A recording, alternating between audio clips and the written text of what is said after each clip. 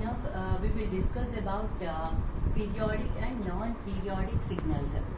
So let me define about periodic and non-periodic signals. Now in this case, now I'm taking the function x of t. Well, it's a continuous time signal we are considering. So we are considering x of t.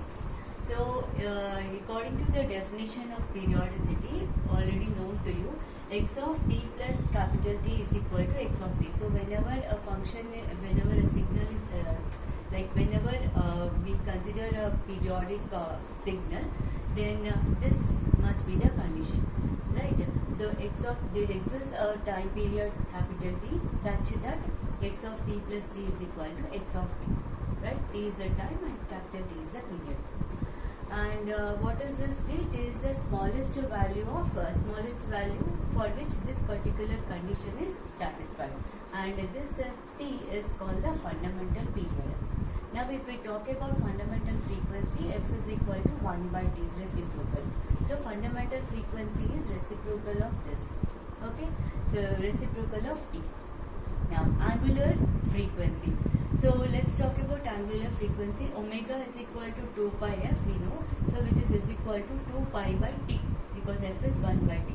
Well, so you consider, so from this t is equal to 2 pi by omega. Now, now we have to, our aim is if given any signal, we have to check whether it is periodic or not. Okay, so for that what we have is, the first thing is that we will check for the periodicity. Okay, now for checking the periodicity, what is it we do? We see whether whatever the time period we get, whether it is a rational number or an integer, we will check, right?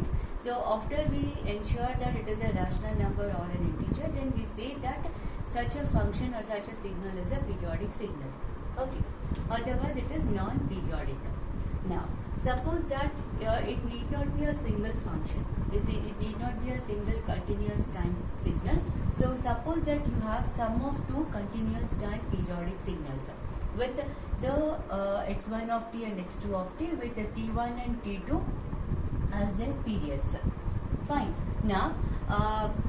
Now it doesn't mean that though x1 of t is periodic and x2 of t is periodic with time periods t1 and t2, it need not be periodic, right? So for that what we do it is, we consider if suppose that the sum whatever is given is both are periodic, then the sum is periodic if t1 by t2 is a rational number or an integer.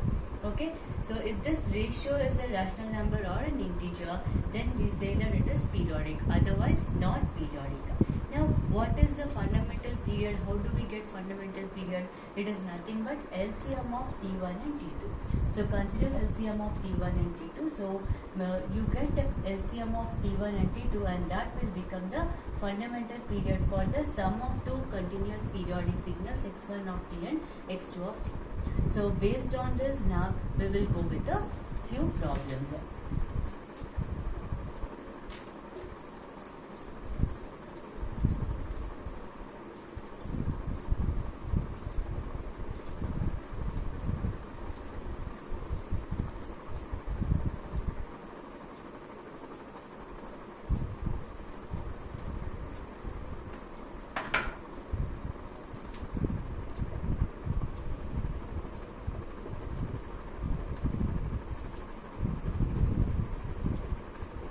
So x of t is equal to sine 12 by t.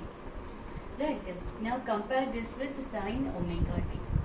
Sine omega t is equal to sine 12 by t.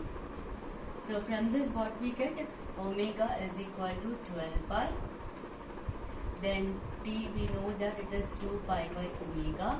So 2 pi by 12 pi. So this is nothing but 1 by 6. T is equal to 1 by 6 is a rational number. So it's a rational number.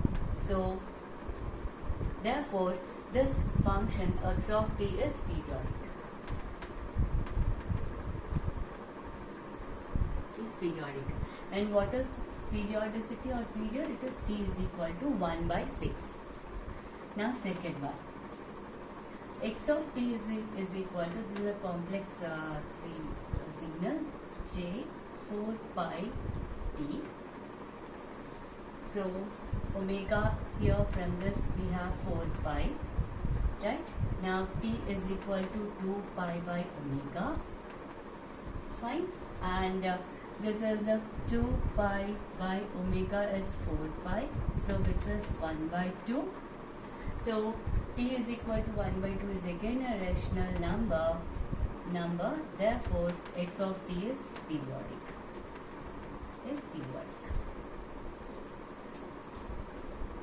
Next one, x of t is equal to, it is sine pi t u of t, it's a product. Okay, now we consider two functions here. We have two things, one is x1 of t and the other one is x2 of t. This is the unit step function. U of t is equal to 1, t greater than or equal to 0, and it is 0, t less than 0. This is step function. So in this case what is happening, this is not periodic, as you can see it is 1 for t to infinity, 0 to infinity, so it's the same. So this is and 0, okay, so it is not repeated, fine, so this is not periodic. Whereas sine pi t, if you see sine pi t, okay, compare it with sine omega t, right? So omega is equal to pi, then t is 2 pi by omega, so it is 2 pi by pi, which is 2, which is periodic. But the product, okay, the product, if you check out, one is periodic and the other one is not periodic, therefore this is a non-periodic. This is non-periodic.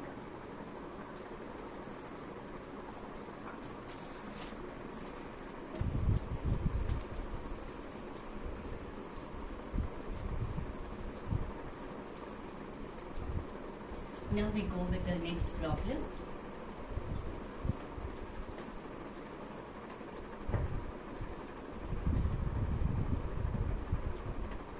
X of t is equal to cos 2t plus sine root 3t. Now let us consider this as x1 of t and this as x2 of t we consider. Okay, so cos 2t we have, right? In this case, if we look into omega 1 is 2 and t1 is 2 pi by 2, which is pi. Now sine root 3t, so in this case omega 2 is root 3, t2 is 2 pi by root 3, okay, this is 2 pi by root 3, right? Now, now if you look into, in this case, cos 2t is, now here it is pi and t2 is, it is 2 pi by root 3. Now let's check for the ratio. Okay, so when you check for the ratio, it is pi by 2 pi by root 3. So you get this as root 3 by 2. Root 3 by 2 is irrational. Therefore, this is not periodic. This is non-periodic because you got it as an irrational number, root 3 by 2. Now, next one we take an example.